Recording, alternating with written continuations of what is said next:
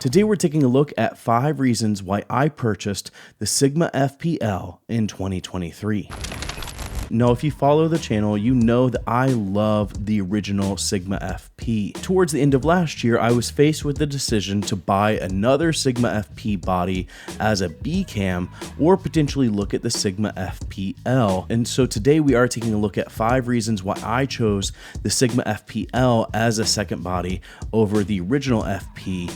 And so without further ado, let's get right into it, starting first with the full frame 61 megapixel sensor. Now, why this is important is because last year I started to get more into photography, and if you're familiar, the FPL is a more photocentric camera. And so with that, because I've been doing more photography and wanted to start getting into print work, maybe for my own personal printing or potentially to sell prints, I did want a higher megapixel sensor. Now, a 24 megapixel sensor is perfectly fine for print work, but I do like the flexibility that the 61 megapixel sensor does offer. And speaking on that flexibility, something else that's really nice with this bigger sensor is the fact that you do have the ability to crop in on the sensor in the camera, which is really helpful because I did take the FPL on vacation with me, and I took the Sigma 24-70, and I was able to get a lot more reach out of that lens because I was able to punch in on the sensor in camera. And so that's really nice, but then you also have the ability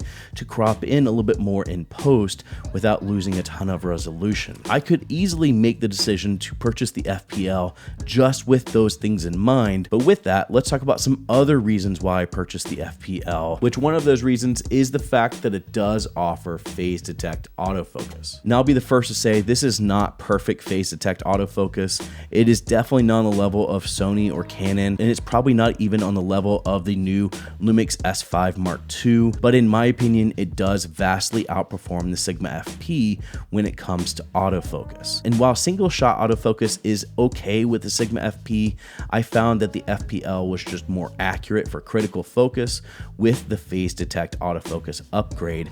And so that's another reason why I picked up the Sigma FPL, was for the fact that it does offer phase detect autofocus. Now, moving on, the next reason why I chose to pick up the Sigma FPL was for a smaller feature, and that's the fact that it does offer charging while in use.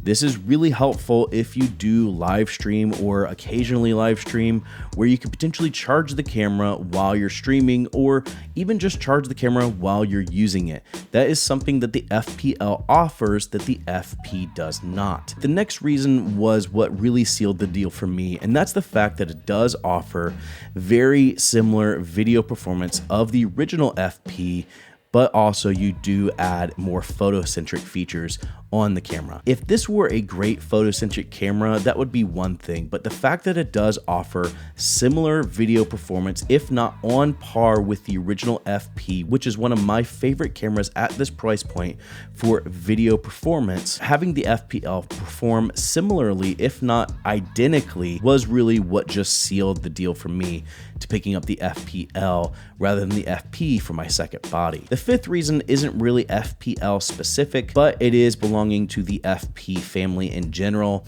and that's just the overall scalability of these cameras. And I'm listing it as one of my reasons of picking up the FPL to simply explain why I chose this camera versus leaving the FP family entirely for a completely different camera and camera system. I do love the fact that I can have a fully rigged out camera like I'm looking at right now with the FP, but I can also have a very stripped down camera and take it on vacation with me and have a very minimalist setup, but still be able to capture high performing cinema DNG raw video as well as amazing stills. And so the overall scalability is one reason why I invest in the FP family in general, but the prior reasons are maybe what I looked at for picking up the FPL specifically. And so those are some of the reasons why I picked up the Sigma FPL, but let's talk about if I think you should be picking up the Sigma FPL for your camera. And my answer on that is it kind of depends, and maybe. If you like the look of the Sigma FP and the